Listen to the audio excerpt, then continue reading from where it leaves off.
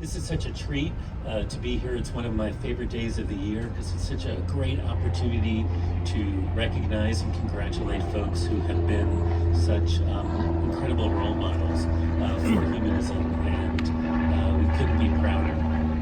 And humanism, as you've already heard, really begins with a patient, and so it's altogether fitting that as we induct our new cohort of students into the Gold Humanism Honor Society that we hear from one of our patients.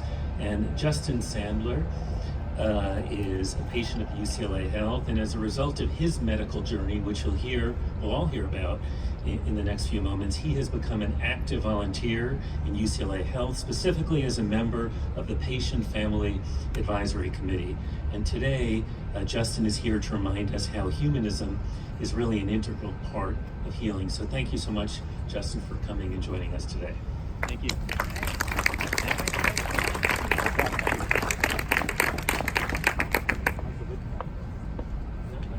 Good. Thanks.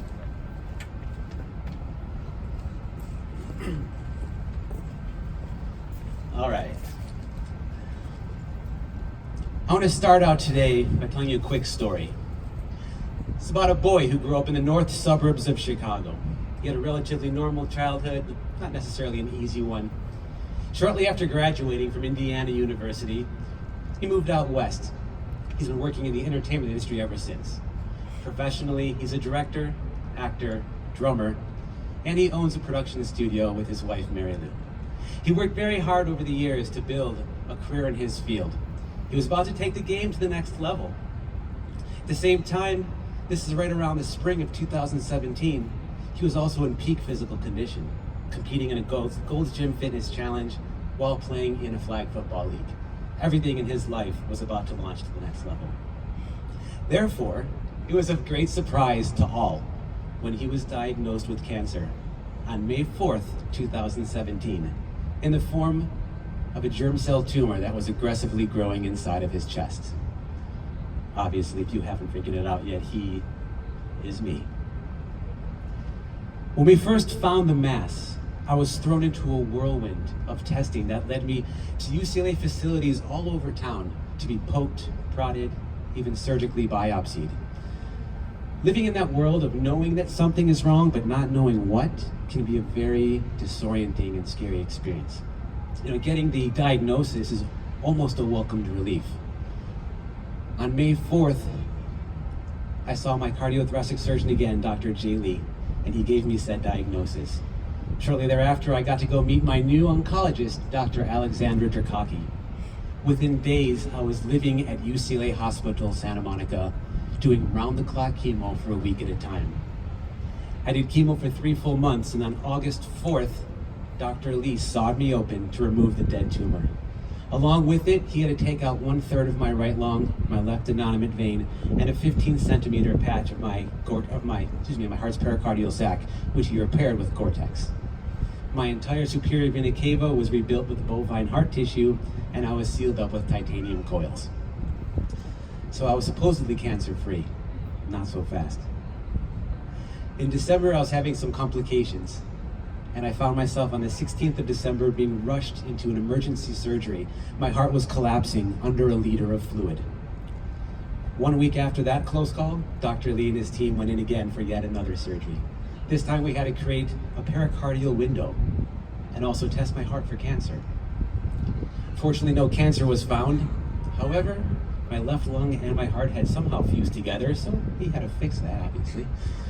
I was released just in time for New Year's 2018, but no strength, no stamina, a hairless, beat-down body that was 30 pounds lighter, lasting effects of chemotherapy, and newfound scars all over myself. I was literally left to put the pieces back together, and now, today, I'm still working on that. Okay, that's the medical journey. Enough of that. Let's talk about the magical journey. See, I was very blessed to come up with a philosophy that I call embrace, love, free.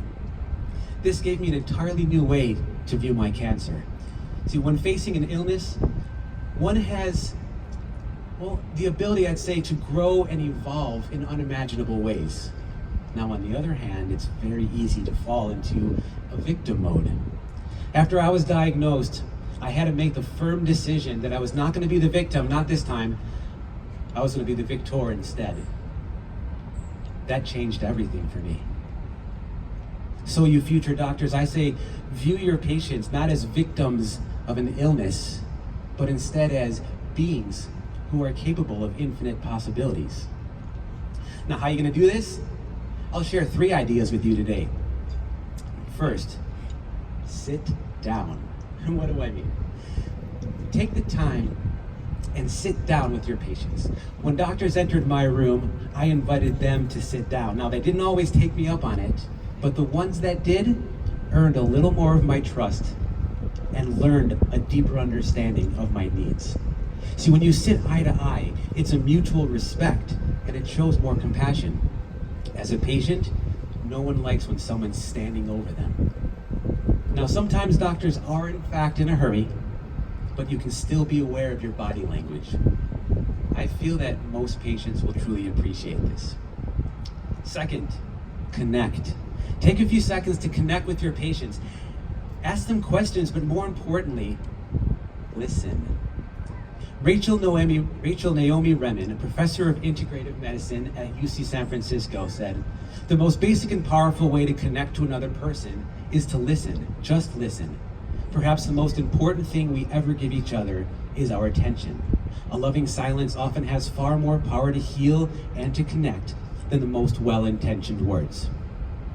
Now, in order to stay on schedule, you may want to rush into the medical, but before you ask your patient what their pain level is from 1 to 10, or if they've had a bowel movement that morning, take a few seconds, take a beat. Ask them how they are, how they feel emotionally, spiritually, right? The answers you seek may actually come from this dialogue.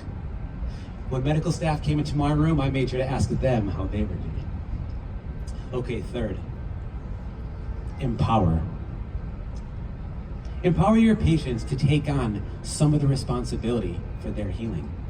Now, you are, of course, doing everything you can, medically speaking, but what if there was a way they could help? During my hospital stays, every day I meditated, I chanted, I journaled. I was consuming books, both in audio and in text formats.